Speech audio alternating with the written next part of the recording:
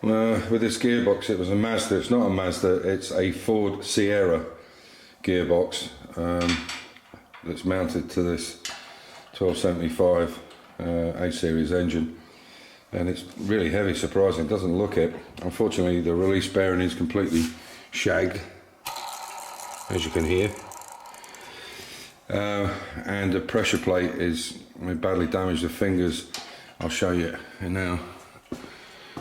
But it was a sod to get out because the steering rack is right in the way. I don't know if you can see.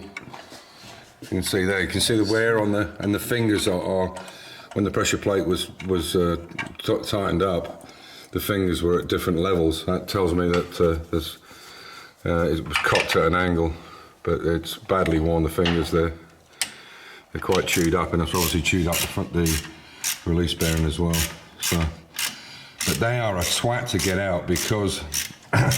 Because of this piece here on the bell housing and the starter motor, you've got to turn it to the right. You've got to basically take it off the pegs, off the locating pegs, turn it to the right, and this fouls right on the edge here.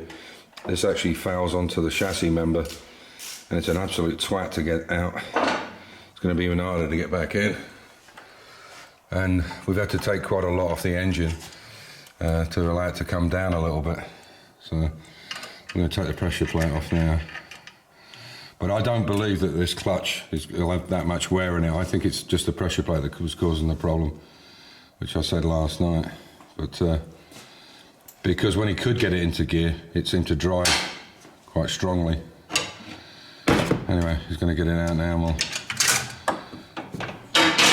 see if I'm right about this friction plate. I don't think it's worn, but it could be worn and just worn down because it was at an angle. That could be the.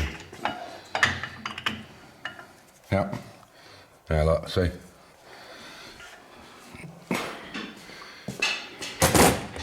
Yeah.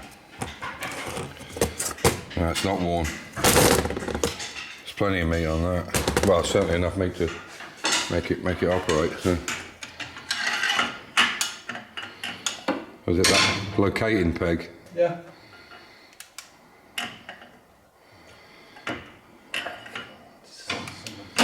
Hammer. There we go. Come on. There we go. So that's where the problem is. You see here, and if you look, you can see how that is. If I put it at an angle, you can see how bowed that is. So these fingers are coming out and these are staying in. So it was in at an angle, but that plate, that friction plate is fine. But is it the same as that one? Same. It's not the same. Looks exactly the same, is it or no? See it. Oh shit. Oh, so the clutch plate is wrong. It's wrong, isn't it? Yeah. For that. But what about that? That's fine. Does this match up with this one? Can you turn this one over? You bring it just. I don't know whether. No. Bolts. So the plate's correct. Yeah. Pressure plate's good, but the clutch plate is not right. It's the wrong spline. What's that out of then, I wonder? So this is the original clutch that was in the Morris 1000, and the friction plate, as you can see, is really good. It's not down to the rivets or anything like that. We thought before we took it out that this would be okay because the car was pulling when it was in gear, but you can see here how bad this pressure plate is. If I put it on its side, you can see how the fingers are pushed in there. They're down on an angle. That might show it, but no, it shows better there. But you can see where the wear is on it, but look at the memory in those fingers there compared to those two there. So it's been unevenly wearing, but you think it's done 15,000 kilometers, which is what, to 20, about 9,000 miles, which is nothing really. Yes. Anyway, I can't believe it that this fork, this clutch fork arm was obviously it was homemade. You can see, but it was machined. Yes. And it works well. The release bearing on this is goosed. You can hear it. And then they had to adapt it slightly there's detent in it. But one of the things that's not good on it, when it I can't imagine what has happened. yeah, and when you put it onto the box, when he makes the new one, you can see it's not exactly a machine fit there. There's quite a bit of tolerance on it, so he's going to make sure that that's a machine fit on it, and and he's going to adapt it. So hopefully we can. So this box is from a Sierra, you say? Yeah, yes. So this is the Morris 1000 original bell housing, but no adapter. Yeah. Straight onto the gearbox and tail shaft from a Sierra. Yeah. And somehow it just all fits together with no spaces, no nothing, and it's unbelievable. The only downside with this that I can see in the car is the gear stick is because of the size of the tail box compared to the Morris. Yes. The Morris would have been around here somewhere. Yeah. Is this interferes with the handbrake? That's about the only. And the Abdeckung is another. With a new one. So. It's a different. The original. Yeah. Okay. For the That's cowling. Different. From Yeah. the It's in original. a different place. So the other issue is we're going to take this off now, take this flywheel off, and you can see the spigot bearing is damaged. It's only a brass bushing, but it's knackered. But we're going to take this off, not to reface it, but the ring gear is quite bad because it's not a pre-engaged motor in it. It's a Bendix, and he's going to have a new ring gear put on it. But I don't have the gas or the acetylene to heat this up in the oil to put a new one on.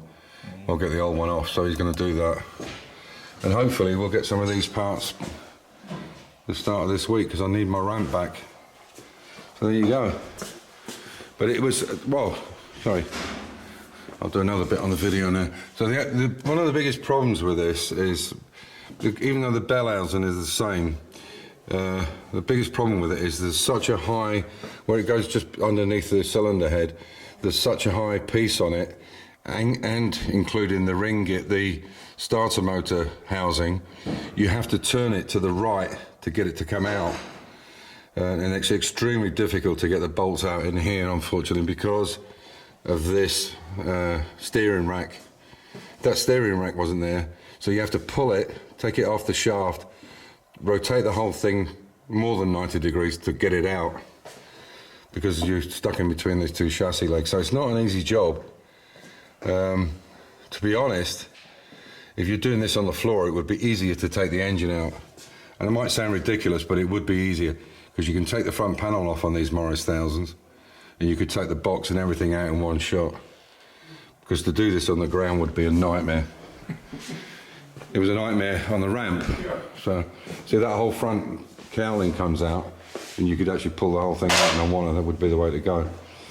And on this car, it's got the original trunnions on the suspension, on the steering, but it's got Morris Marina discs and calipers. Are they double? Yes. Single caliper.